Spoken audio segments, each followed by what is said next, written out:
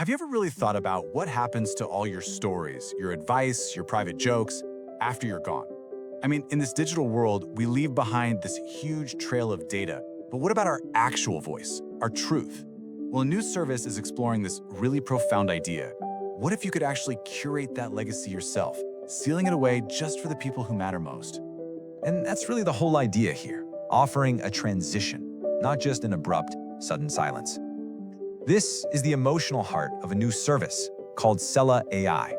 It's all built on this promise that we can help our loved ones navigate loss, offering comfort and connection in our own voice. So yeah, the big question is, how do you pull that off without it getting, super weird? Well, Cella AI tackles that big sci-fi fear head on. And look, they are crystal clear about this. This is not about creating some kind of digital ghost designed to trick the living. The goal is the absolute opposite. It's designed to be an ethical grief mediator, a tool built from the ground up to support those left behind. So how does it actually work? How do you go about building this digital sanctuary? Well, it all starts with you, the creator, weaving your own story, completely your own way. First thing you need to know, you're not filling out a bunch of boring, sterile forms. The entire process is built to be conversational. You just talk to the AI, almost like you're reminiscing with an old friend. The whole point is to capture your authentic voice, your memories, in a way that feels organic, intuitive, and frankly, a lot more human.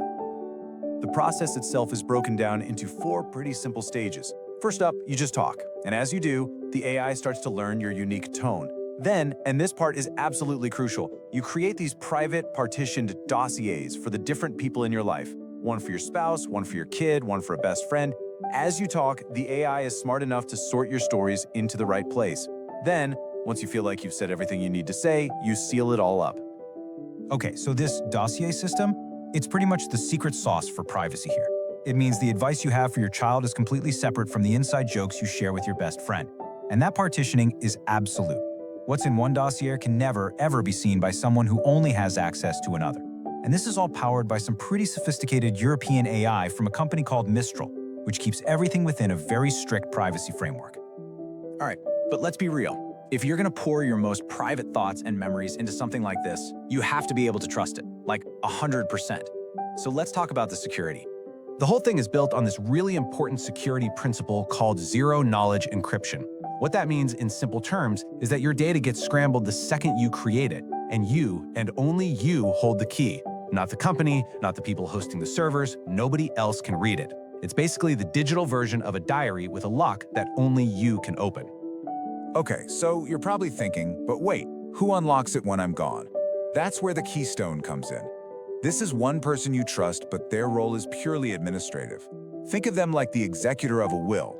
They don't get to read what's inside. Their only job is to provide the official proof, the death certificate, which then triggers the system to give access to the right people. They can't read a single word. And to really hammer home that trust, the entire infrastructure is based on European data sovereignty. What does that mean for you? It means all your data is physically stored in France on secure servers from a company called OVH Cloud. It's all processed under Europe's super strict GDPR rules. And they make one fundamental promise. Your data is never, ever resold, period. All right, we've covered how you build it and how it's locked down tight, but now let's flip the script. What's it actually like for the people on the other side, for the loved ones left behind? And this is a really big deal. Your loved one doesn't just get an email with a PDF attached or a folder of old letters. Nope, they get access to an interactive chat. That completely changes things.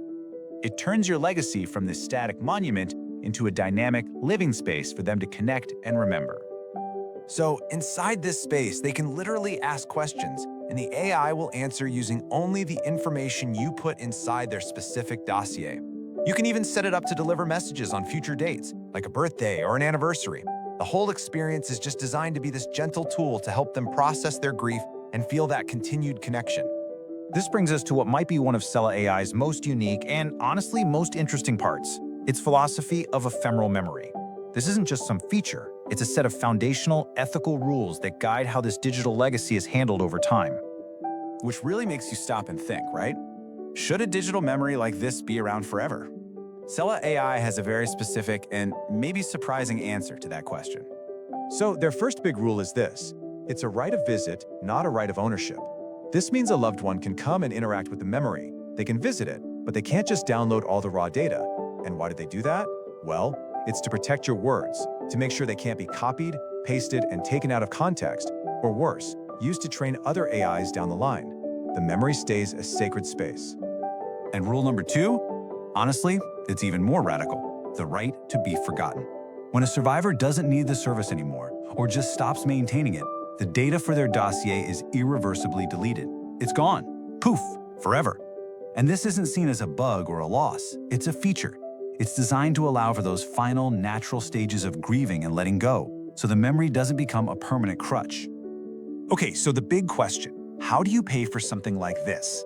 The whole model is built around this idea of shared responsibility, and it's super transparent. So let's break it down. It's kind of split into 2 parts. The creator pays a one-time fee to seal the sanctuary. Then for the survivor, access starts with a free grace period. After that, if they want to keep accessing it, it's a small monthly fee. But, and this is so important, it's completely voluntary. It is not a bill they are forced to pay. It's a choice they make if they still find it helpful. But to kick things off right now, they have a founding member offer. And it all boils down to this number: €1. Here's the deal.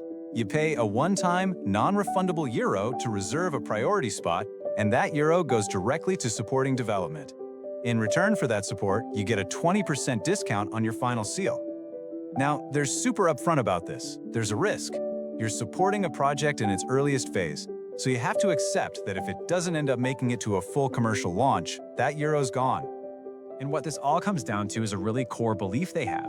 This whole model is structured to avoid creating what they call a rent on death. Maintaining the memory isn't a burden or some surprise bill. It's an active, conscious, and totally voluntary choice made by the person who finds it helpful. You know, there's a quote on their site that just perfectly sums up the whole spirit of this thing. It's not about trapping people in the past. It's a tool, a final gift that's basically saying, use this to heal, to help you move forward, but please know when it's time to let go. So that really leaves us with one final thought. For you personally, if you could create a sanctuary like this for your own memories, if your memory could talk after you were gone, what rules would you set for it?